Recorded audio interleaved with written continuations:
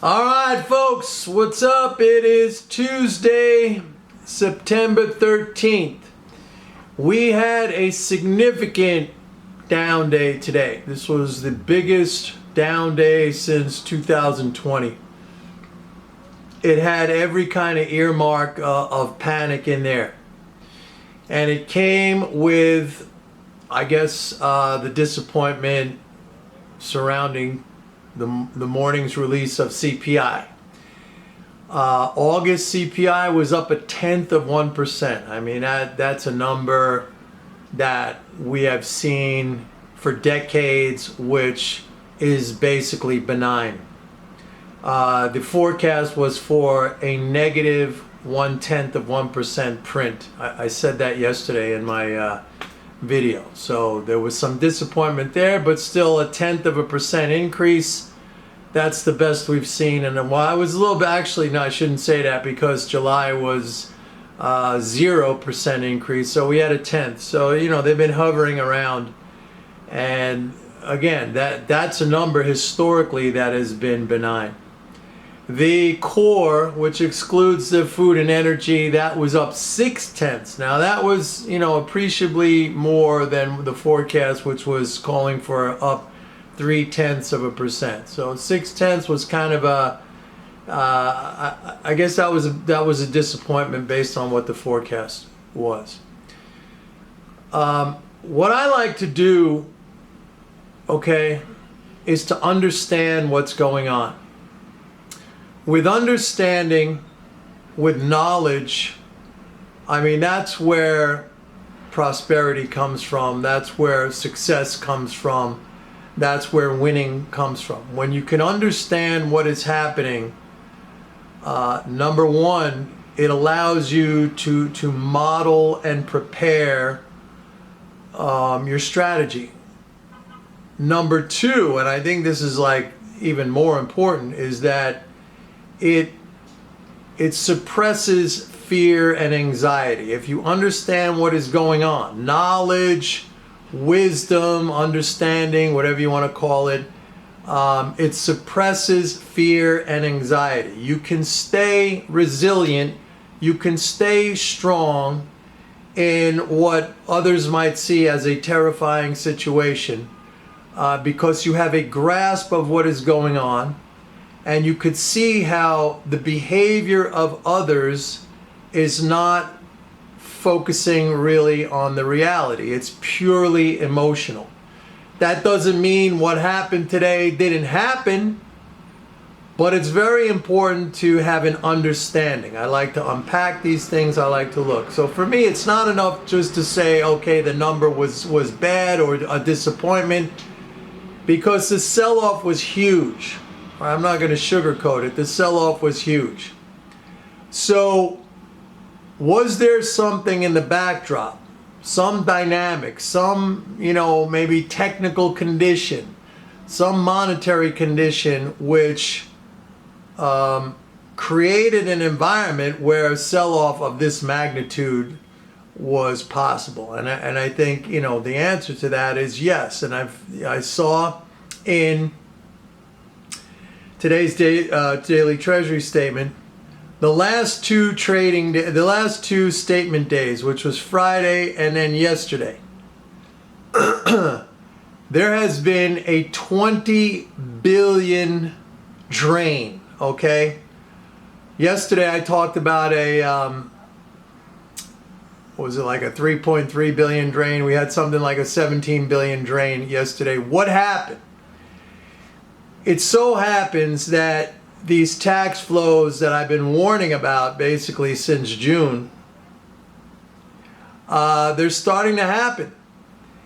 And we had almost 5 billion of corporate tax payments yesterday and about 4.2 billion of individual tax payments yesterday. So the 2 days, Friday we had a rally, and yesterday I said it was kind of unusual because we had a drain on Friday of 3.3 billion.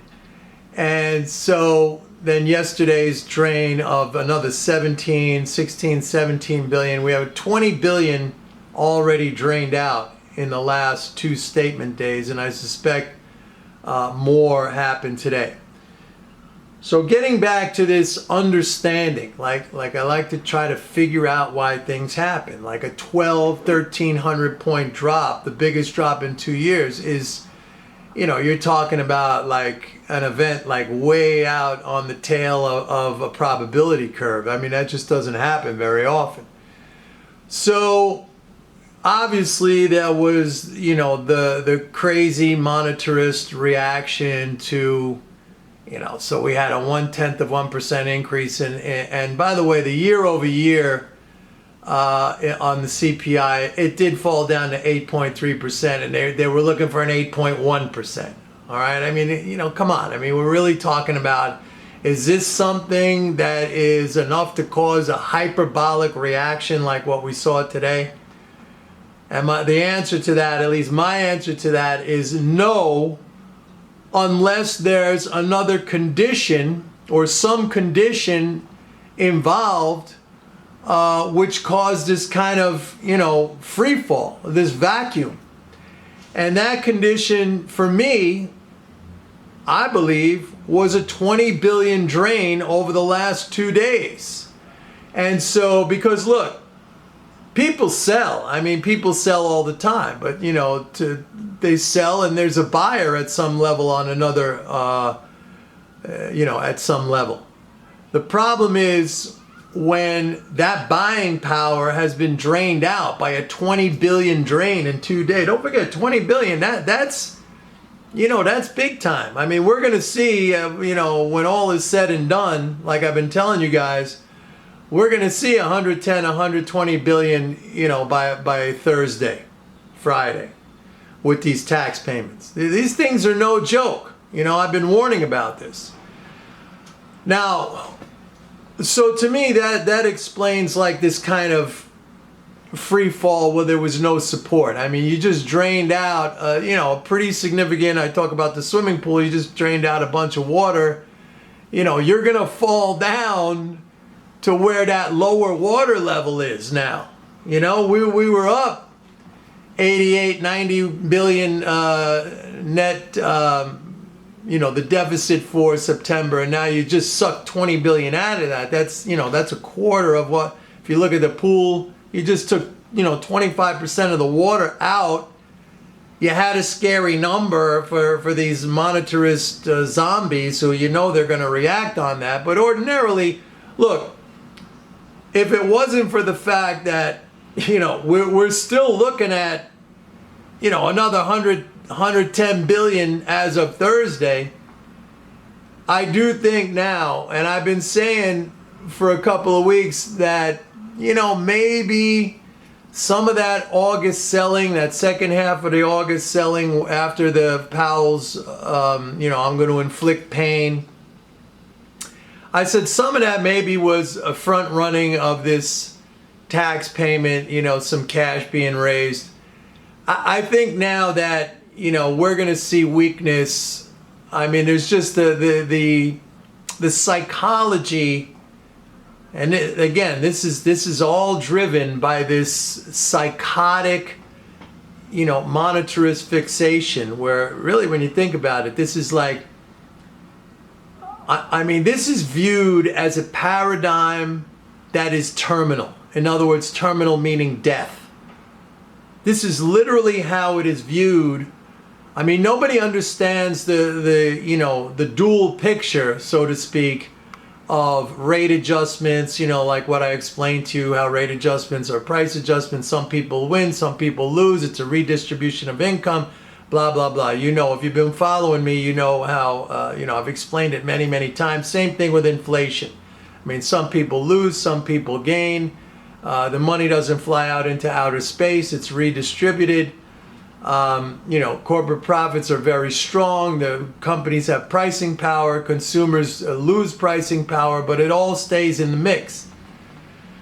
But that's not how it is seen, okay? It is seen as something, it's a paradigm which is universally viewed as terminal. Terminal as in death, okay? And death is scary. So to most investors, and I would really, you kind of put that number at 100%. I mean, like, what am I? I'm like 0.00, like infinitesimally small. You got to put that number up near 100% because that's what's been drilled into everybody's brains over decades, not just like the past few months or the past few years, decades, that rate hikes are terminal for the economy, for the markets. Terminal meaning death. This is the psychology. And death is scary. We're all going to die eventually, but you know, you could look at it as something very, very scary, or you could look at it like that's just reality. You know, we're all going somewhere, maybe to nowhere, maybe to somewhere, I don't know, but I mean, it's going to happen to all of us. But right now, this mentality, and it's a very, very scary mentality, because why? Because of a lack of understanding. See, when you have a lack of understanding, I mean, you sabotage yourself, 6 ways to Sunday. I mean, you're constantly sabotaging yourself.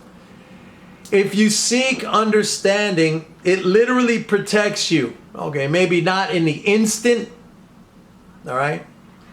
But in the long term, in the big picture, understanding, knowledge, wisdom, it protects you. It shields you. So, but most people run on emotion. Most people, I guess, cast their lot with luck. They just it's like throwing darts at a dartboard, just hoping that they're going to be right. And again, fear is a powerful, powerful motivator. And the belief system in play, the paradigm that everybody, subscribes to, is that rate hikes and inflation, that is terminal. That is death. Terminal equates to death. And death is very, very scary. So, I mean, I could sit here all day and say, be resilient and gain knowledge. I mean, that's all up to you. I mean, for me, it helps a lot. It helps a lot to have an understanding. Now I can see where, we go through a rough patch. I'll even say that there's a good chance right now, given the mentality, given the fact that we're going to have this big corporate tax drain in another couple of days, and given the fact that next week is the Fed meeting, where, by the way, I should add to this that Fed fund futures, the futures market, is now starting to almost price in a 100 basis point rate hike next week. It was 75 for a long time. There was 0% probability of a 100 basis point rate hike where the Fed funds were trading. But as of today, it jumped up to 32%. So there's a 68% chance of a 75 basis point rate hike, and now we have a 32%. Who knows what it's going to be tomorrow?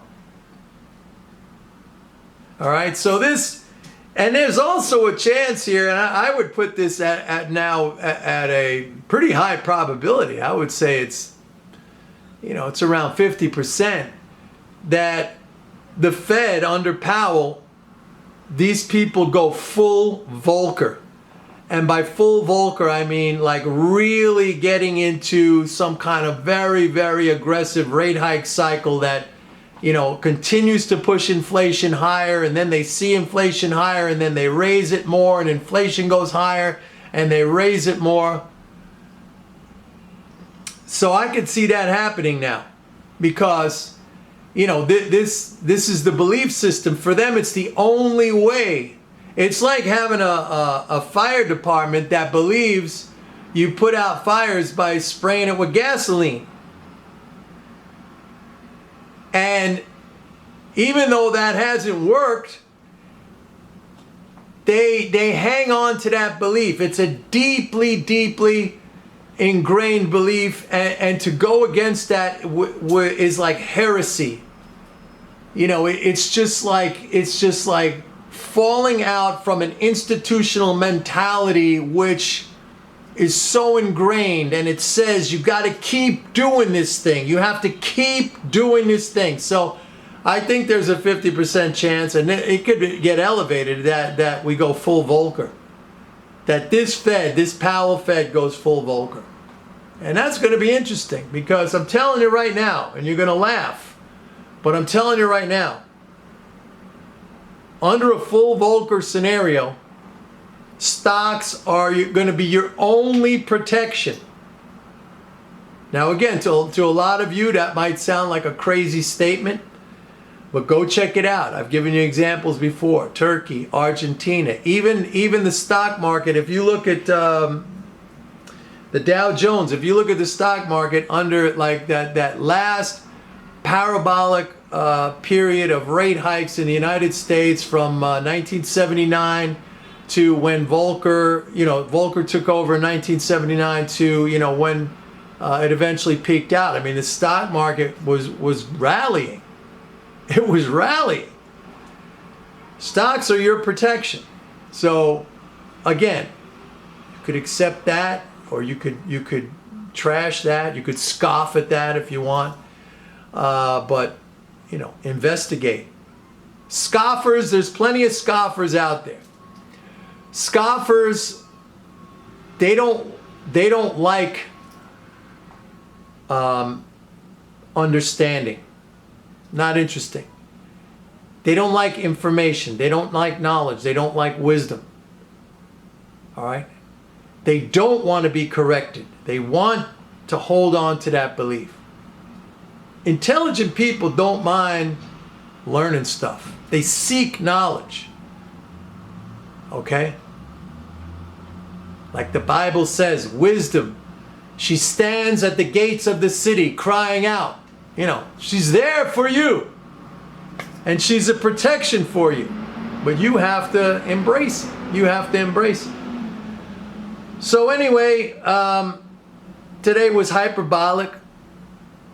I don't think we would have seen anywhere near this decline were it not for the fact that 20 billion had been drained already over the last 2 days. Who knows what today. I should mention that tomorrow is a Social Security payment day. That's going to add about 25 billion. So we will get replaced. What was drained out today will most likely, well, maybe not completely replaced, because now these tax payments are starting to come through.